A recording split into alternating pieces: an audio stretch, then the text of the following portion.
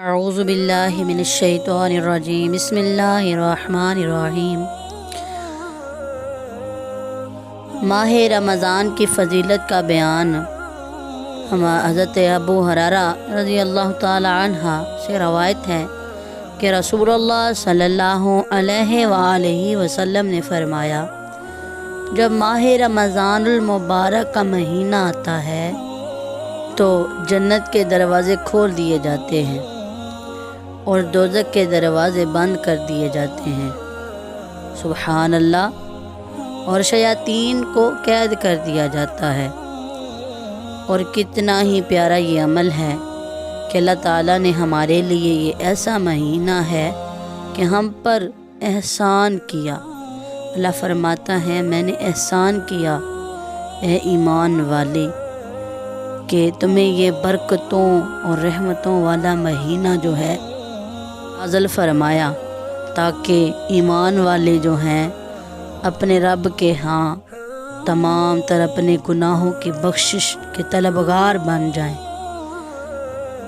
آگے جو حدیث مبارکہ کا مفہوم ہے کہ یہ مہینہ ایسا ہے کہ میں نے ایک حدیث میں پڑھا تھا کہ میرے نبی نے فرمایا صلی اللہ علیہ وآلہ وسلم نے کہ بد نصیب ہے وہ شخص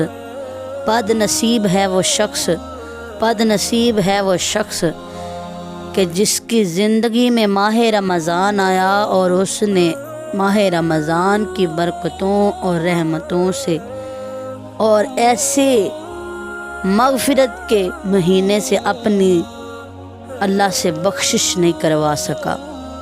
تو دیکھیں یہ بھی احادیث کا مفہوم کتنا پیارا ہے، اور یہ میرے پیارے آقا علیہ الصلاۃ والسلام نے بارہا 3 بار یہ دہرایا کہ بد نصیب ہے وہ شخص کہ جس نے اپنی بخشش نہ کروائی۔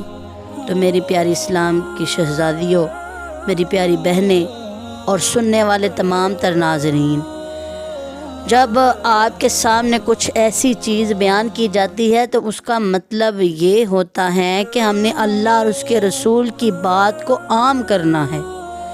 ہم نے امرم بالمعروف ونہی عن المنکر کہ ہم نے لوگوں کو برائی سے روکنا ہے اور نیکی کی دعوت دینی ہے۔ تو اس کا مطلب یہی ہے کہ ہم لوگوں کو اس طرف لے کے آئیں کہ اللہ تعالیٰ ہم سے راضی ہو جائے، تو ہم دوسروں کے لیے اور اپنے لیے وسیلہ بنے اصلاح کا۔